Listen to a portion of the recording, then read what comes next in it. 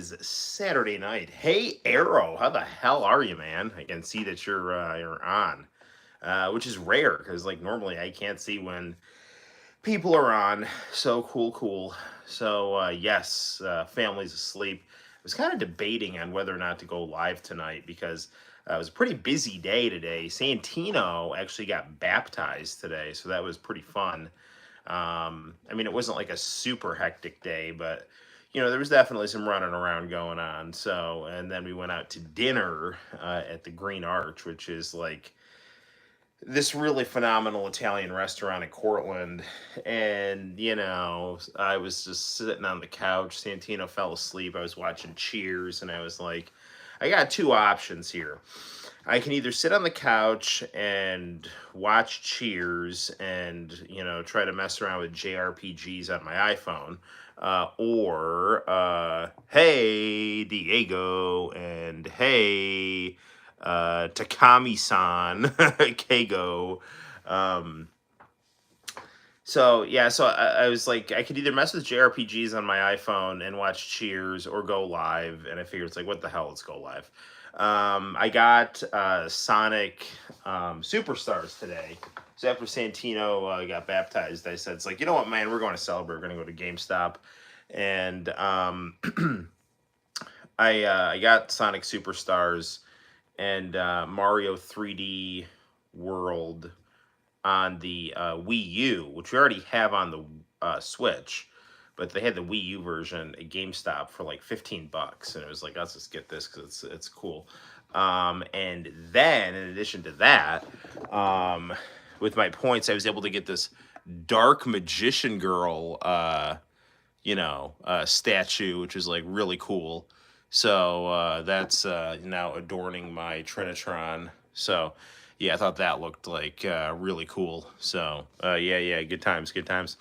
So I was messing around with Sonic Superstars, and it's definitely good. It kind of reminds me like if they did like if Sonic 4 was done properly, that kind of reminds me of what Sonic Superstars is. Um, Speaking of Sonic, you can't see this, but my Sonic over here is a little crooked, so I'm trying to adjust him properly. Whoa, what's going on, man? Sorry.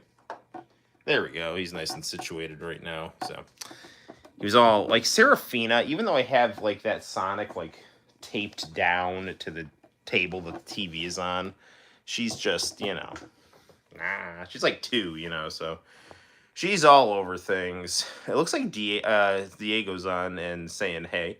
And John's on. Hey, John.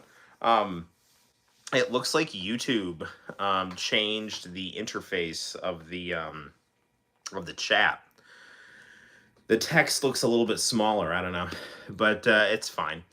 So I have been downloading different JRPGs and whatnot on my phone, and I have been thinking like, I mean, I'm always going to stream in the game room, but I think sometime it might be fun to do a Japanese mobile gaming stream, since that is a thing. Although I'm really not into like the gotcha games. Like I want a game with a beginning, middle, and end that I pay for once. So I've got some Kemco RPGs. I've got a Square Enix visual novel. I've got Chrono Trigger. I have the Ys Chronicles 1 and 2. And then I have KOF. I think it's called 2012 which is like King of Fighters 13, and on the iPhone with more simplified controls, which is actually really good. Then I got like Blazing Star and Sonic 2 and CD. So, I mean, if we did do a mobile stream at some point, we definitely have some cool games to go through. But it wouldn't be, like the streaming in the room is like really fun because we get to like go around the room and see things and go through the VHS tapes and whatnot. But I do think it might be kind of fun to mess around with that a little bit. I just honestly, I have no idea how to like stream off my screen.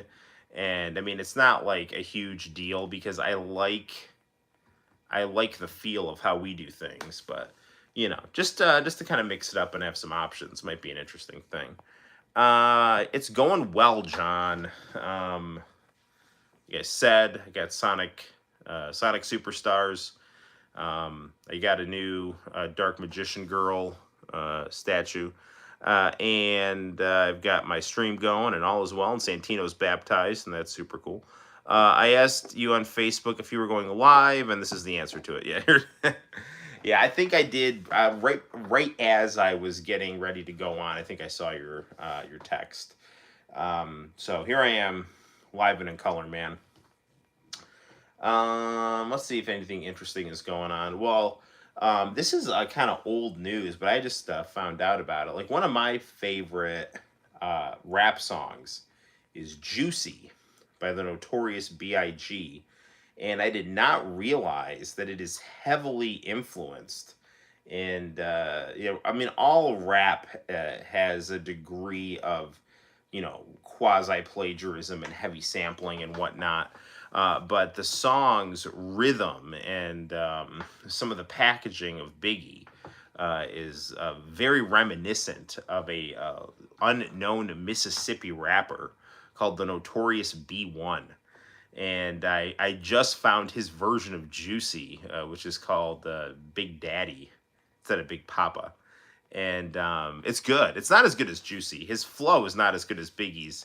And the Bad Boy mix of Juicy Fruit is definitely more polished, but there's a certain raw energy that is really good with the Notorious B1's version of Juicy. And it's kind of funny. He kind of reminds me like if, like Biggie is like his WWE version, and the Notorious B1 is kind of like the TNA version. But sometimes the TNA version comes first. Like if you take a look at the Diamond Stud versus Razor Ramon, like Diamond Stud came first, and Razor Ramon was just the more well-known, slicker version. All right. Wouldn't be old news be called olds? I have no idea. Possibly. I don't know. Kirk Cousins is out for the season for the Vikings. That's no good. Logan Paul is, I guess, the U.S. champ for WWE, and I think that's good. Logan Paul is the best wrestler in the WWE right now, and I don't think it's close. He's got more charisma than a lot of guys. He's a better legitimate fighter than a lot of guys. And Kago, I can't totally see all your text right here. It just says "good point, LOL." Yeah, I don't know. Sometimes the way that YouTube is doing the on-screen text, some stuff is kind of overlapping, so I can see most of what you guys are typing. So hopefully I should be fine responding to things. So what else? Let's see. Yeah, Logan Paul's U.S. champ in WWE, and he should be heavyweight champ. And I don't care if people like him or dislike him. His skills as a professional wrestler are just undeniable. He knows how to work a crowd. He knows how to be a troll. He knows how to fight. I mean, you can definitely argue that his boxing, his YouTube boxing is more, akin to that of a novice boxer or a intermediate boxer and just kind of a general tough guy, as opposed to a polished boxer who's been at the craft for, a long time and kind of studies the science of the game.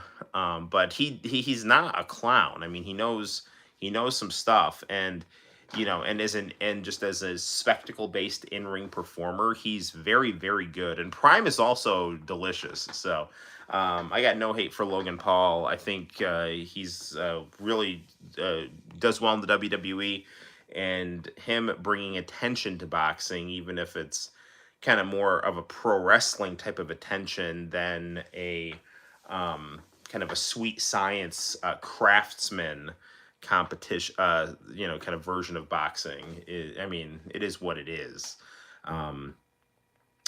I saw the Tyson Fury Ngannou fight, and that was definitely interesting. I think Tyson Fury definitely underestimated Francis Ngannou.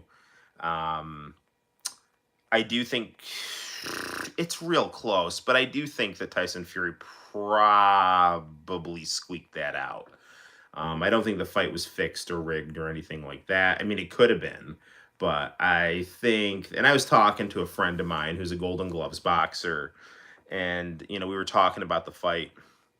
I actually gave him the link to find the fight, and I said, I don't know, man. I think Ngannou, it's real close. I think Ngannou may have squeaked that out, but I said Ngannou knocked Fury down, and he controlled the center of the ring better. But toward the end of the fight, Fury got his shit together and he started out punching him, landing more shots. And I think that is what did it, you know. I think Fury dug into his bag of tricks and said, look, I got to fight this guy like a real boxer. And he found a way to, you know, figure out how to outscore him through, jabbing and, just placing his shots, punching more than he got punched ultimately. Even if his punches may not have been as meaningful in terms of the qualitative value of the fight, in terms of boxing is something quantitative, Tyson Fury knew how to work that game, and I think that's why he ended up getting the victory. But it was a good fight. It was a really good fight. And Mike Tyson, definitely, you could see his work with Ngannou. Ngannou had a nice... Tyson, when he's on the outside, has kind of this 45-degree angle stance that he uses to punch in. And then once he's in, he kind of squares up and uses his head movement. Ngannou really worked that 45-degree stance to do a lot of really good counter punching, which Tyson is good at. His head movement wasn't quite there, but he had a lot of power, and he definitely had a passion for boxing, and it showed. So it was good stuff. It was a good fight. Yeah, so let's see what else is going on in Chatland. They run a WWE 2010 for the Xbox 360. Nice. Do I want to play it? Thanks, but I'm not really into the WWE, 2K games. I got nothing against them, but if you had, I don't know, some, I've got all the Aki Asmic ones, but those are the ones I really like. I'm interested to check out AEW Fight Forever, because Kenny Omega apparently did some work with that, and he knows the best, in my opinion, the best wrestling games are the N64 wrestling games, and also WCW versus the World on the Sony PlayStation.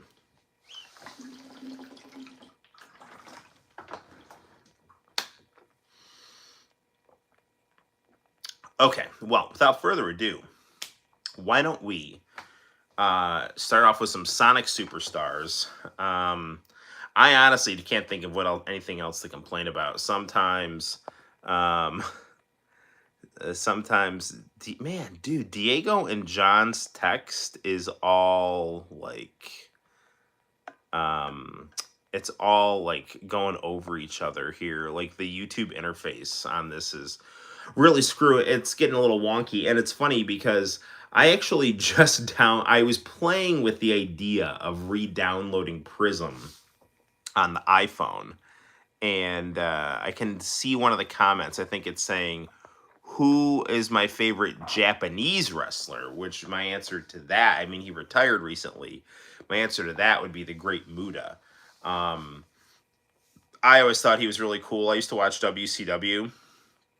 Obviously, when I was in elementary school and junior high and into high school. And I always thought that Great Muta was so cool. When he was in the NWO, and he used to have NWO painted on his face. And I just remember him fighting the Giant and just doing sliding through his legs and drop kicking his legs. And when the Giant went to go choke slam him, he spit the mist right in his face. And I just thought that was super cool. And then I think Masahiro Chono is also really cool too. But my favorite Hulk Hogan match is the Great Muta versus Hulk Hogan from '93, when Hogan had just beaten Yokozuna at WrestleMania 9, and then he defended his belt in Japan against Great Muta, and it was great, man. That's my favorite Hulk Hogan match, because Hogan really, he's got his American charisma, but he also is doing a lot of good Japanese moves. And, you know, just getting to see Hulk Hogan do things like ensiguris and, you know, chain wrestling and stuff like that is really exciting. You're saying it's getting a little cut out, but I can see that you're saying something about the difference between American and Japanese wrestling styles. And I honestly, I was kind of having this conversation with a buddy of mine at the gym, and I was saying that, you know, I like both styles. I'm one of the few people who was a big fan of 1994, 1995 WCW, when it was like some kind of cocaine fueled comic book that was just like really stupid and crazy and awesome.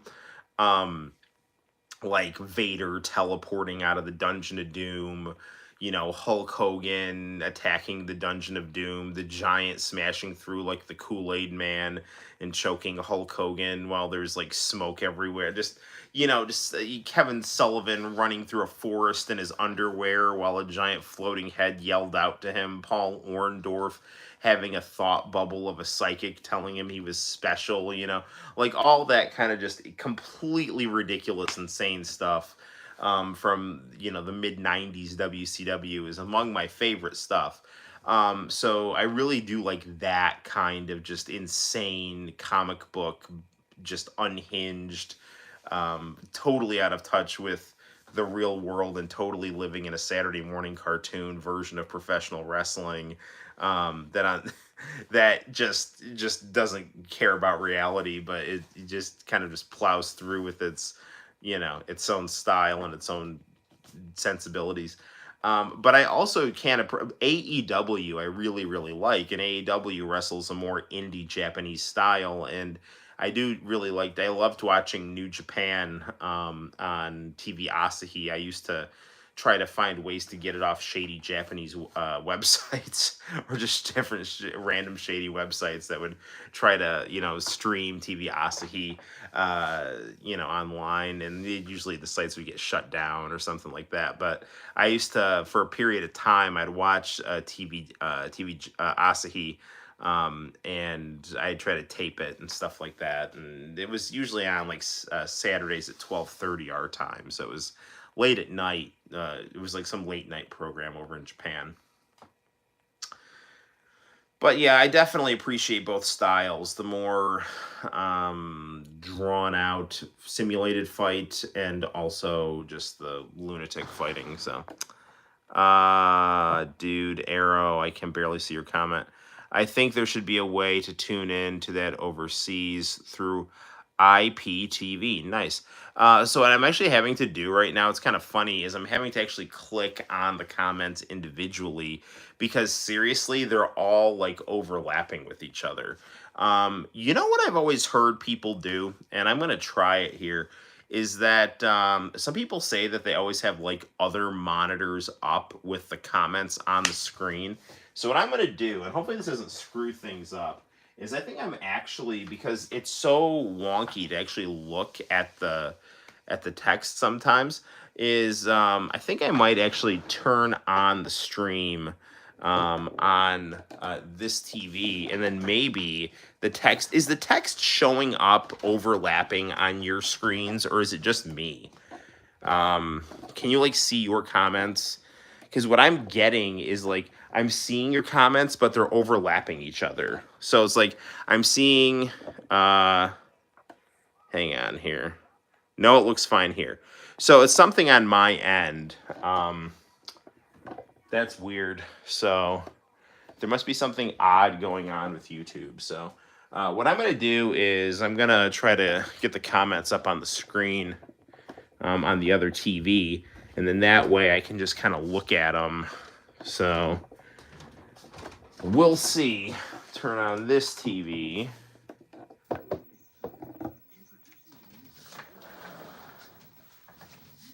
Then I promise we will get some Sonic going soon here. All right. It's funny. I was when I was at dinner tonight. I was talking to my mom and stepdad, and I was like, I don't watch. The only time I ever watch new TV is just it's pro wrestling and football. Everything else, I watch, you know, Cheers, One Life to Live, stuff like that. All right. Oh, hey, look, it's me. All right. This is crazy here. I've never. Oh man, this is like that time that Giorno killed Diavolo. So, all right,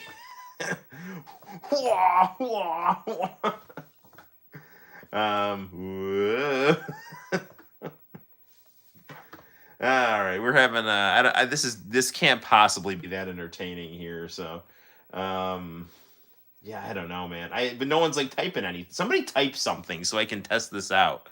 Um, Man, that is a quality beard that I have going there, isn't it? So, all right, come on. Let's see. Somebody type something. Somebody type something. See if it shows up on the screen. Come on. Big money, big money, big money. Wow, guys, way to be supportive here. Why is it not showing up on the screen here? Unless there's like a weird lag that's happening.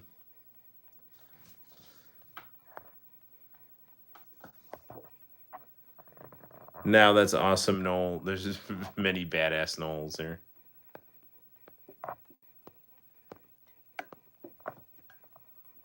Yeah, I don't know, man. Maybe it's just not showing up on my screen. I don't know. This is weird. Anyway. Live chat, all messages visible. I don't think the chat shows up like that. Whatever. Screw it. Oh, yeah. So you guys probably have like the chat on the side of the screen. I got you. All right. So anyway, well, we just wasted 5 minutes, and let's play some Sonic. Screw it. We'll figure out who's talking and whatnot. So maybe I gotta bring Prism back. Now I got rid of Prism because it was so unreliable, but now YouTube is being unreliable, so that's not good.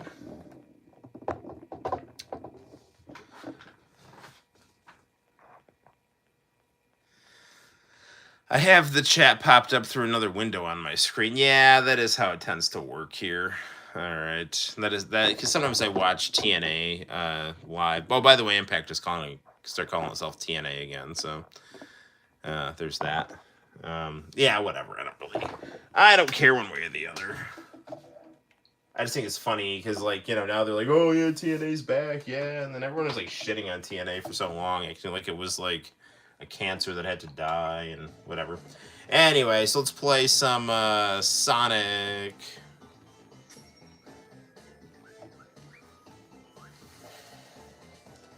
So we got Fang the Sniper here.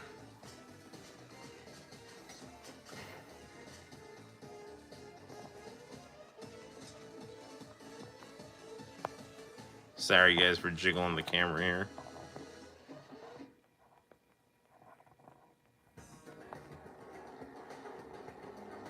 Yeah, honestly, the chat is like totally illegible right now. What if I hit top chat and see what? No, it's still not doing it. Yeah, guys, this sucks. I can barely see your chat at all. Yeah, no, it's nuts, man. Everyone's text is like overlapping on itself. It's like getting worse. All right, Bridge Island here. Oops, I think I'm using the wrong controller. That's the right controller right there. Okay. Right.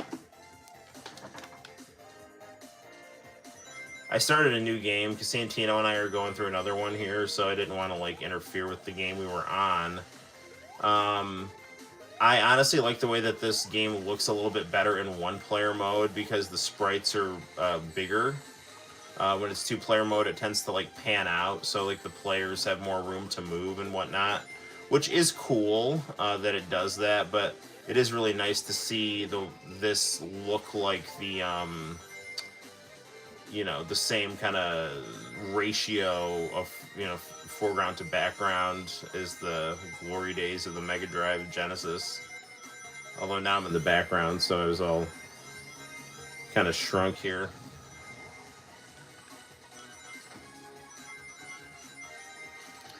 All 3D games seem to have a little bit different feel. Like, this feels way less floaty than Sonic 4, but and it was same thing with the Mario games, like the 3D Mario versus the 2D Mario. The 2D Mario and the 2D Sonic, I don't know, they tend to have a little bit more instantaneous feel versus it's just you know it's a little floaty in 3D. Nothing bad though. This got some nice snappy controls and big beautiful sprites. And they're not sprites. They're 3D models, but they're done like sprites.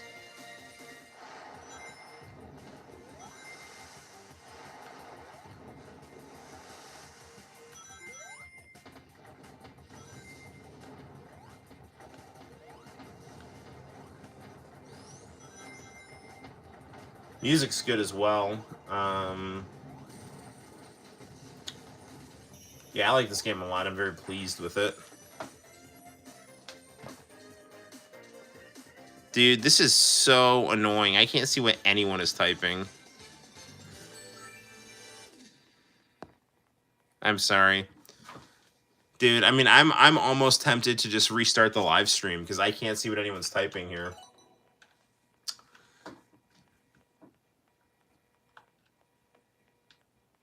It's just everyone's message is now literally illegible. It's just all just words on top of words. So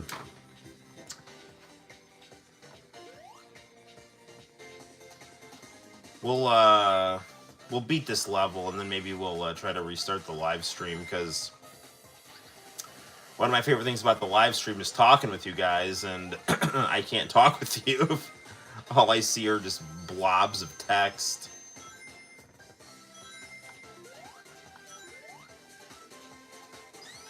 Do.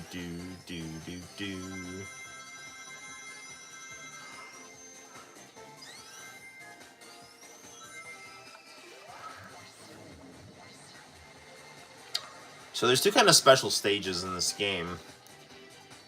There's one where you have to kind of lasso kind of catapult yourself into a Chaos Emerald with this kind of energy lasso. And then there is another version of the Sonic 1 special stage where you get coins to, you know, I don't know, they're buying things or racking up points or what, but there's apparently an outfit for Sonic where there's like a Field the Rabbit skin for Sonic, which is cool. I gotta figure out how to get that.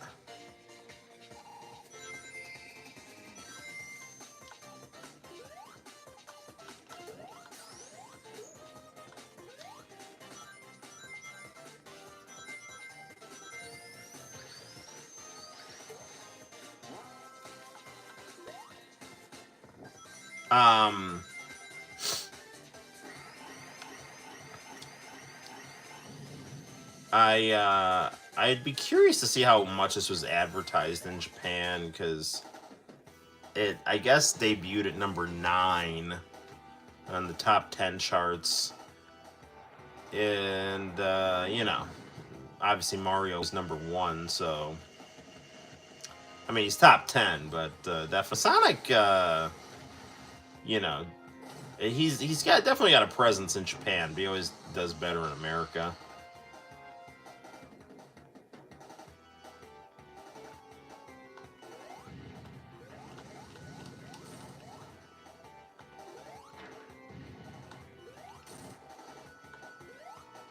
I don't dislike Sonic Frontiers, but I'm just not much of an open world guy, you know?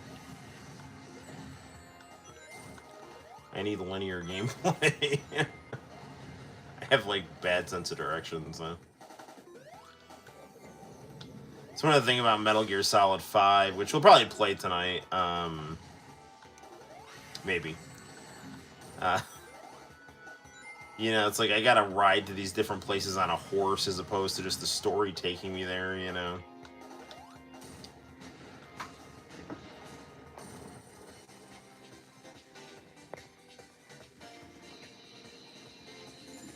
Yeah. I can't see any of the chat.